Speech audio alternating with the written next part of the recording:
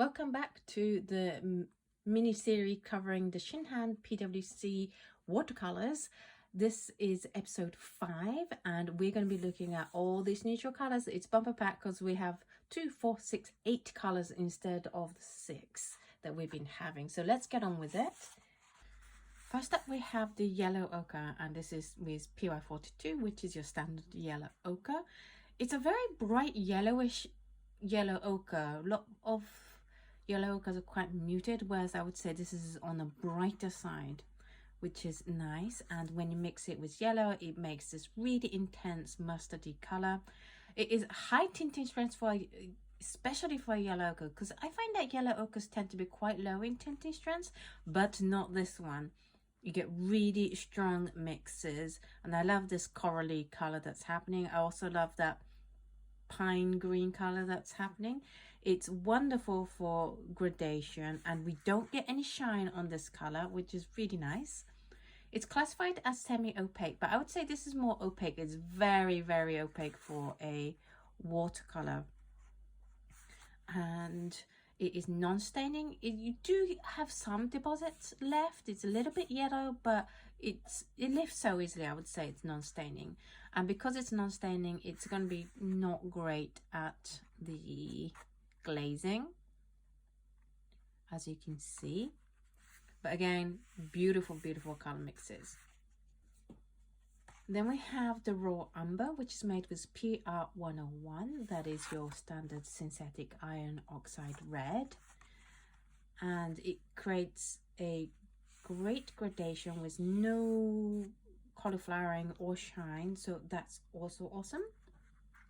It is a paler color though, just in general, than any of the colors that we've really seen in this series. I would say this is the odd one out in how pale this color is, and I'm not complaining about that. I think it's really nice to have that contrast. It just feels like it's the only one and the odd one out of the lot, because even other colors that would be quite pale normally, like cerulean, it's a cerulean hue that's like a phthalo blue, which I will link up here if you haven't seen that video. So it just feels odd one out. However, as I said, good gradation, lovely soft color.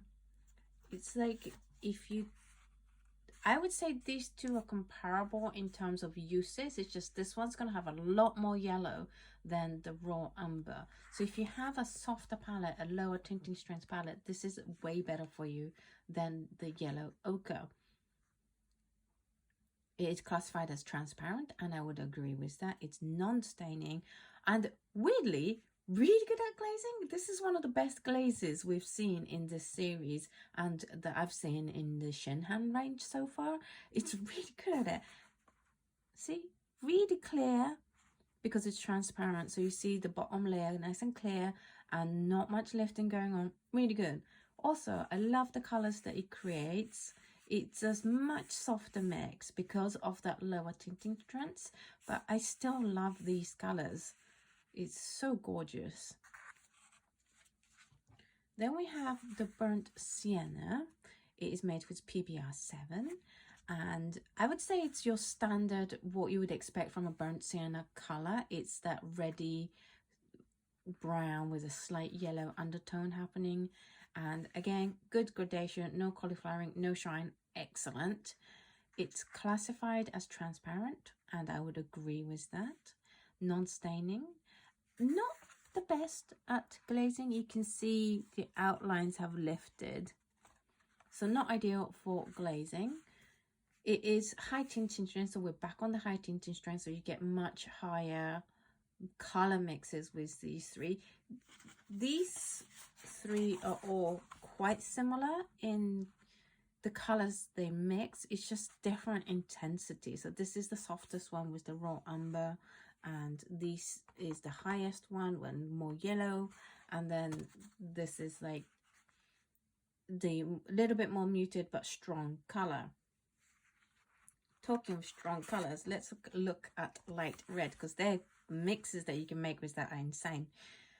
Light red, PR101 again. It is I would say it is a light red, but it is more on the orange side of the light red range in compared to other brands. This suffers from shininess. Can you see it? Can you not? I can't tell while I'm filming this whether the shine shows through or not. It's really difficult. But I definitely see shine here, shine here, shine here. So you don't want to use this at its mass tone. Not as good on the gradation. I don't see 5 clear stages. This definitely moved faster in the water than the other colors. It's classified as semi-transparent. I would say that it's almost transparent. It is somewhere between the semi-transparent and the transparent. It's pretty transparent. It's heavily staining. You're gonna get that orangey red color left in the paper, and even though it's a staining color, it's not very good at the glazing, as you can see. Color mixes, because it's super high tinting strength, is like out of this world intense. The Phthalo Blue yellow shade neutralizes the light red perfectly. You get this is what I would call like a noddy black, and that by that I mean that, you know, the dried seaweed sheet black. It has a slight undertone of green to it, but it's very, very black. That's how you know you have a good quality noddy. And you get a nice deep red and a vibrant orange that is slightly muted but very intense still happening with the light red. Then we have a burnt umber, which is PBR7, and this month we just had the burnt umber episodes of the Colossal Color Showdown, and I would say that this color is very comparable. It's nice that it's a single pigment. It is the expected burnt umber color. This is actually quite in the middle of the hues that were available with the other brands, so great place to start if you want a burnt umber.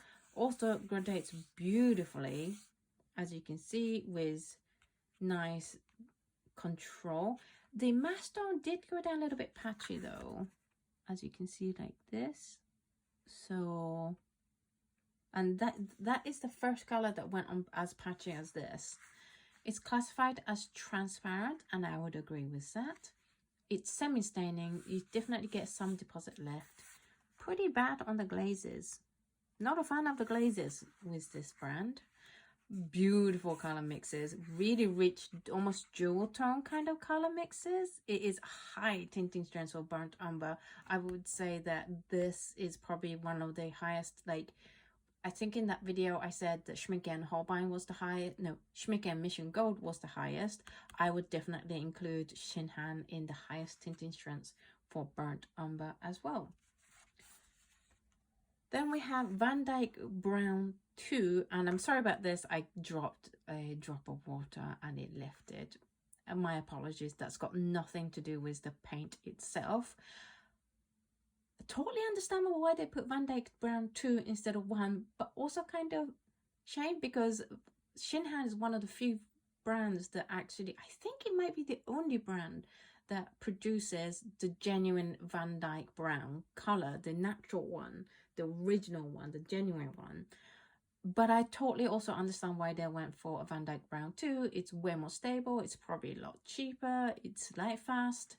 So I get it, but it's still a shame for me personally, because I'm really interested in unique pigments that no other brands sell. And for Shinhan, Van Dyke is definitely one of those colors. It is a much more muted brown than the burnt umber. So this is definitely more on the red side of a brown, and Van Dyke Brown is, well, it's quite interesting because the next color is sepia, and these three actually, I would say, a really nice step. You know, with the blue episode, I'll link up here. In that video, I said that there was 3 blues that were very, very similar. Whereas here, I think these are really nice steps in change of hue, and way easier to figure out how to use them in different circumstances. So if you want a really almost black kind of neutralized brown, then you go for sepia. If you want to go for maybe what a lot of people think of when they go burnt umber, which is this neutralized brown color, go for the Van Dyke brown, and then for the more reddy color, but not quite burnt sienna kind of color, then you go for burnt umber. I think this is a really good selection of 3 colors. Let's get back to the Van Dyke brown itself though, with slightly shady, but not that bad. And I'm pretty sure I won't be able to make it show on camera. I can see a slight shine on the Mustang, but it's not too bad at all. Great water control on the gradation and no cauliflowering, so that's great. With the brand classifying this color as semi-transparent, but I would actually argue that it's transparent, and I'm going to classify it as transparent from here. It is super easy to lift. It is the least non-staining out of the lot. I mean, you can see that this was just 1 drop of water. I patted it dry and most of it came off.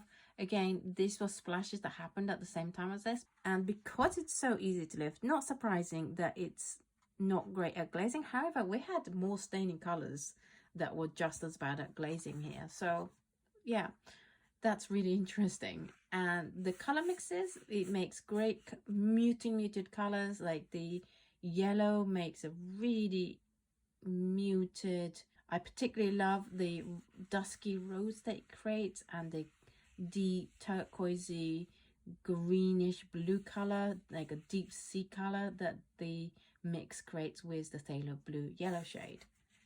And then we back to sepia that I mentioned a little bit earlier. It's made with PR 101 and PBK 11, so that for people who don't know, it's synthetic iron oxide red with Mars black, and it creates this heavily granulating almost two-tone, not quite, but you can see subtle differences. It's very textural in its color. Unfortunately, it suffers from slight shininess in the master. You can see here, well, you might not see it, I don't know, I will find out when I come to edit these videos. So it does suffer from some shininess, but really good at gradation. Again, I'm so impressed with how good they are gradating, and no cauliflowering. It's classified as semi-opaque, but I would argue it's only semi-transparent. I don't see opacity. I see dark color on dark paper, sure, but not opacity itself. It's semi-staining in that you're going to get some leftover stains. And again, not... Is it showing on the camera? It's patchy on the gradation. You do see a nice clear line here, but the outline lifts up again. Again, it's high tinting strengths, so you're going to get nice intense color mixes. The mix with the phthalo blue turns to be more bluer this time than it did with the Van Dyke brown. But that could also be just I mixed more phthalo blue into this as well. And finally, for this color and for this series, we have the brown red. It is made with PBR 25, which is benzene midazoline brown, and it does suffer from shininess.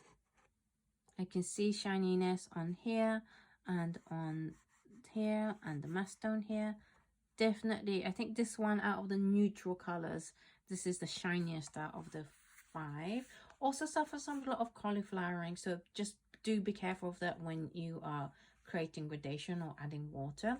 But it does create nice separate stages of gradation, which is perfect. That's what we want. It's classified as transparent, and I would agree with that. It's transparent. It's semi-staining. You are going to get this brown, red brown kind of stain, but again, not great at the glazing.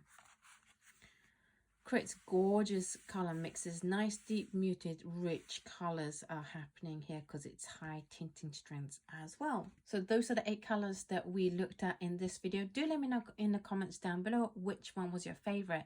In a weird way, I really like the raw umber because it just felt more natural, and I loved the colors that it created, the palette. It's so soft and lovely, and I can see someone making such cute illustration with that. in the next episode, it will be the final episode of this mini series. Thank you so much for watching all the way till here. I am going to take a look at all the colors and just discuss how I think the set works, and just talk about how I think if this set is a good set or bad set, how they can improve it, or how you can improve your collection by adding to the set. So do look forward to that. Thank you so much for watching this video. As always, links down below for where you can buy these paints, and also links to my Patreon and stuff. And I will see you in the next episode. Bye!